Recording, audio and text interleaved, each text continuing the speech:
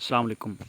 अच्छा, ये जो फार्मूला मैं आपको पिछली वीडियो में बता रहा था S is equal to, sorry यहाँ पे इसको हम इधर अलग से लिख लेते हैं। इधर S is equal to 2πr over 360 theta. तो ये फार्मूला मतलब दिखने में इस तरह का लग रहा है, रियलिटी में ये ऐसा नहीं है। ये फार्मूला अभी हम प्रूव करते हैं। इसको मैं मिटा देता हूँ फ़िलहाल। इसको हम थोड़ा ना, मैं आपको बताता हूँ कि बेसिकली ये फार्मूला है कौन सा। यकीनन आपने ये इसको फर्स्ट ईयर के अंदर पढ़ा भी होगा, ठीक है। बल्कि मैथ के अंदर भी आपने पढ़ा था S is equal to R theta, S is equal to R theta, ठीक है। S is equal to R theta, बस इसको याद रखें। अभी हम इसी फार्मूले को उस फार्मूले के अंदर कन्वर्ट करेंगे। देखें, यहाँ आपने क्या काम करना है, सिर्फ थीटा की वैल्यू दर्ज करनी है। किस चीज़ की? थीटा की वैल्यू दर्ज करनी है। हमारे पास वही फार्मूला बन जाएगा। अब थीटा की वैल्यू कैसे दर्ज करेंगे? थीटा आपको पता है डिग्री में होता है। सो देखें, आपने पढ़ा था कि 180 डिग्री जो है वो पाई रेडियन के इक्वल होता है। 180 डिग्री पाई रेडियन के इक्वल होता है, ठीक है। इसी तरह 360 डिग्री वो 2 पाई के इक्वल होगा, ठीक है। अच्छा, अब मुझे बताइए, ये जो 360 डिग्री है इसको हम यूँ लिख सकते हैं 360, या यूँ कह लो कि 360 मल्टीप्लाई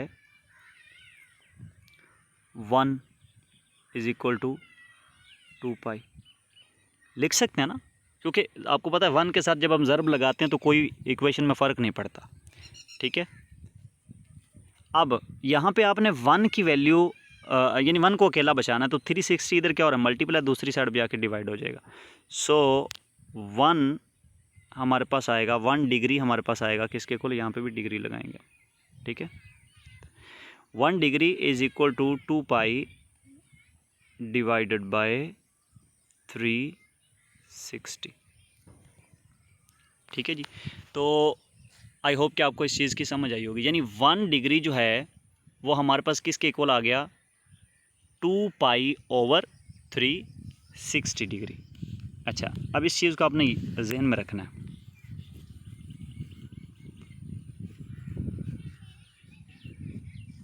अब देखें, 1 degree is equal to 2 pi over 360 है।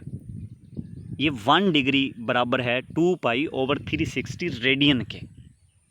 अच्छा, अगर 2 डिग्री होता, क्या होता, 2 डिग्री होता तो हम क्या करते? देखें, अगर हमने 2 डिग्री का फाइंड करना है कि 2 डिग्री में कितने रेडियन हैं, तो हम क्या करेंगे, ये जो इक्वेशन अभी हमने ये वाली बनाई है इसको हम 2 के साथ मल्टीप्लाई करवा देते हैं, तो ये बन जाएगा 2 डिग्री, यानी 2 मल्टीप्लाई 1 डिग्री, तो वो बन जाएगा 2 degree is equal to 2 pi over 360 multiply 2 degree. यानी हमने क्या किया, इस इक्वेशन को, इसी की दोनों साइडों को हमने 2 के साथ मल्टीप्लाई करवा दिया, यानी 2 डिग्री के साथ मल्टीप्लाई करवा दिया। तो ये हमारे पास बन गया 2 डिग्री के अंदर इतने रेडियन होते हैं। अच्छा, अगर वो हमसे पूछ ले कि 3 डिग्री में कितने रेडियन है, तो हम क्या करेंगे, इसी इक्वेशन को, ये जो 1 वाली है, इसको हम 3 के साथ ज़रब लगाएंगे, तो बन जाएगा 3 degree is equal to 2 pi over 360 multiply 3 degree. यानी ऊपर वाली इक्वेशन बिल्कुल सेम आ जाएगी, जस्ट 2 की जगह पे 3 लग जाएगा।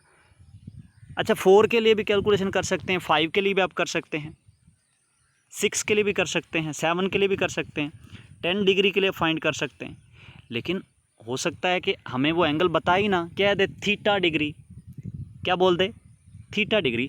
तो अब क्या करेंगे, हम इस पूरी इक्वेशन को, ये जो 1 वाली है, इसको हम थीटा के साथ फिर ज़रब लगाएंगे ना।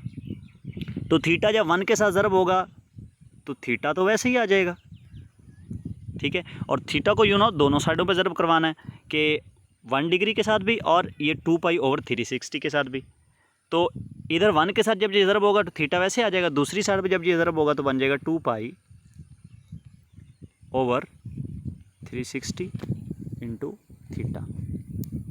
तो ये हमारे पास थीटा की वैल्यू आ गई है, जो कि हमने इस इक्वेशन ये जो पहले हमने बनाई इसके अंदर हमने करनी है पुट।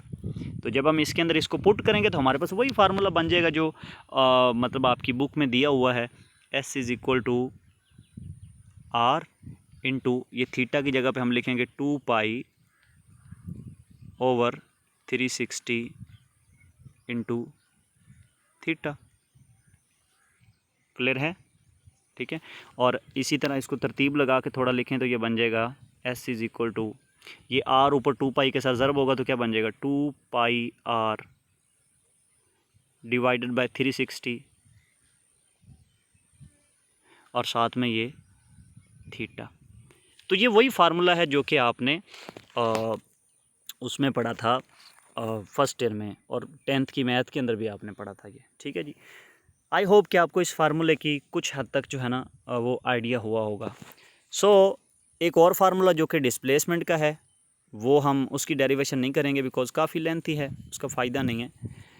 लेकिन ये 2 फार्मूले आपने याद ज़रूर रखने। क्यों?